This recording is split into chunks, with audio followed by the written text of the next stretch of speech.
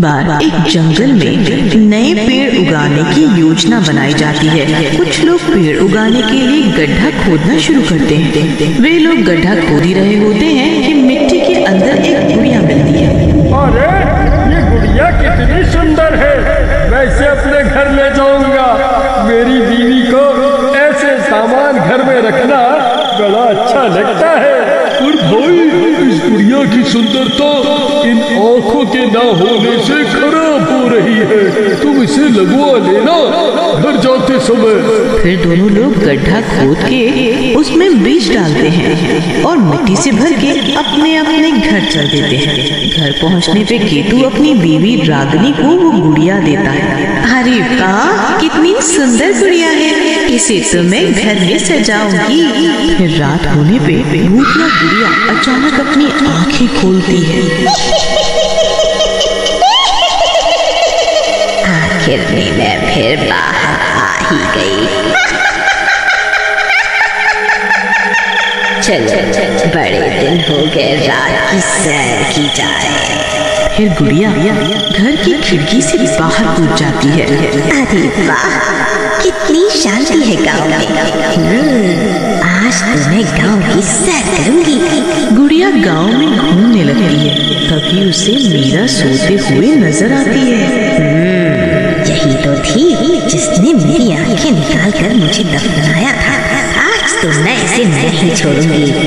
नहीं, मैं इसे सबक सिखाऊंगी, वो भी ऐसा जिससे इसे एहसास हो कि सुंदरता कम होने का दुख क्या होता है। भूतिया गुड़िया चुपके से आहिस्ते आहिस्ते जाती है और मीरा की चोटी काट लेती है और आगे सैर पर निकल जाती है। सुबह होने पर वो वापस रागिनी के घर में आके बैठ जाती है। यहाँ मीरा नहा धो के जब अपने बाल संवारने जाती है तो चौंक जाती है। हाय हाय, मेरी चोटी, हाय मेरी चोटी काट दी किसी ने। हाय, मैं लुट गई रे, मैं बर्बाद हो गई। अब मैं क्या करूं? हाय रे मेरी चोटिया। ये मीरा को सुबह सुबह क्या हो गया है, वो इतना चिल्ला रही है, जाके देखता हूँ। ये तुमने अपने बालों का क्या कर दिया? ये क्या कोई नया फैशन है? जी, मैंने नहीं किया है, मैं खुद हैरान हूँ, ये कैसे हो गया, किसने किया ये सब?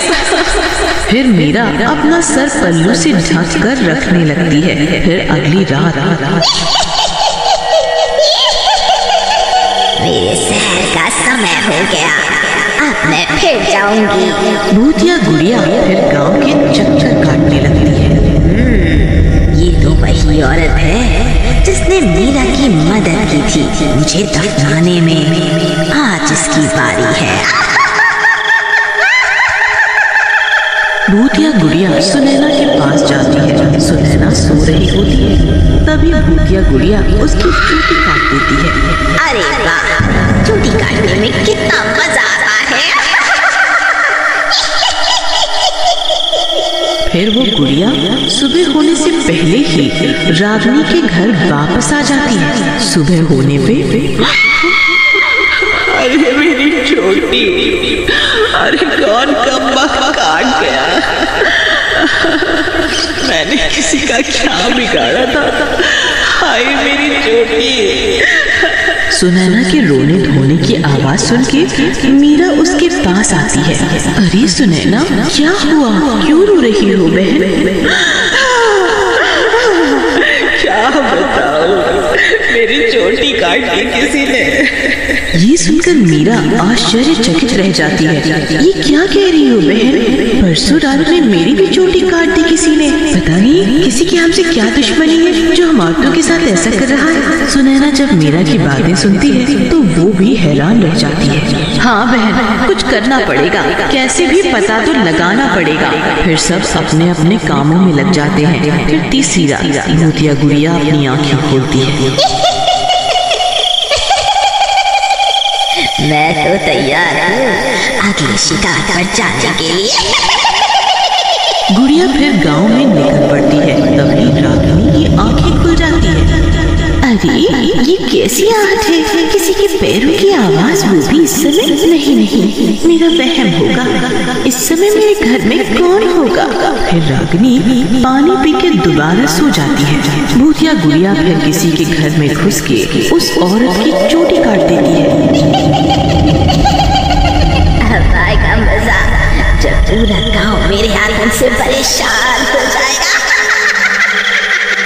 सुबह होते ही गुड़िया शांत होकर वापस घर आ जाती है। यहाँ दूसरी तरफ ये चोटी काटने वाली का भय पूरे गांव में फैल जाता है। अरे बहन, मैं तो किसी को मुंह दिखाने लायक नहीं रही। बालों से हम औरतों की सुंदरता होती है, वही काट लिए किसी। अरे कीड़े पड़े उसे, मौत पड़े उसे आधी रात में। अरे क्या करूं, कहाँ जाऊं बिना बालों के? मैं तो अब रात को चौकन्नी होकर सोचूं कहीं ऐसा न हो अगला नंबर मेरा आ जाए। मैं अपनी चोटी नहीं कटने दूंगी। डरते डरते सब औरतें अपने घर आ जाती हैं। ये आतंक का डर पूरे गांव को खाए जा रहा था। तभी ये खबर केतु रागिनी को बताता है। रागिनी, अपनी चोटी को संभाल के रखो। गांव में कई औरतों की चोटी किसी ने आधी रात को काट ली है और कोई नहीं जानता वो कौन है। अरे नहीं नहीं, मजाक कर रहे होंगे गांव वाले। ऐसे कोई क्यों किसी की चोटी काटेगा? ये भी भला कोई बात हुई? मेरा काम तुम्हें आगाह करना है। अपने बालों से प्यार है तो ध्यान रखना, मैं काम पर जा रहा हूँ। ठीक है। कौन होगा चोटी काटने वाला? किसी को भी क्या फायदा मिलेगा चोटियों से? पर फिर भी ये आतंक तो गांव में फैल चुका है, मुझे भी संभल कर रहना होगा। फिर रात होने पे गुड़िया फिर अपना आतंक फैलाने निकलने लगती है। आधी रात को वो घरों में घुस घुस के कई औरतों की चोटी काट लेती है और सुबह होने से पहले घर में वापस आ जाती है। सुबह होते ही पूरे गांव में हाहाकार मच जाता है। अरे मेरी चोटी काट डाली।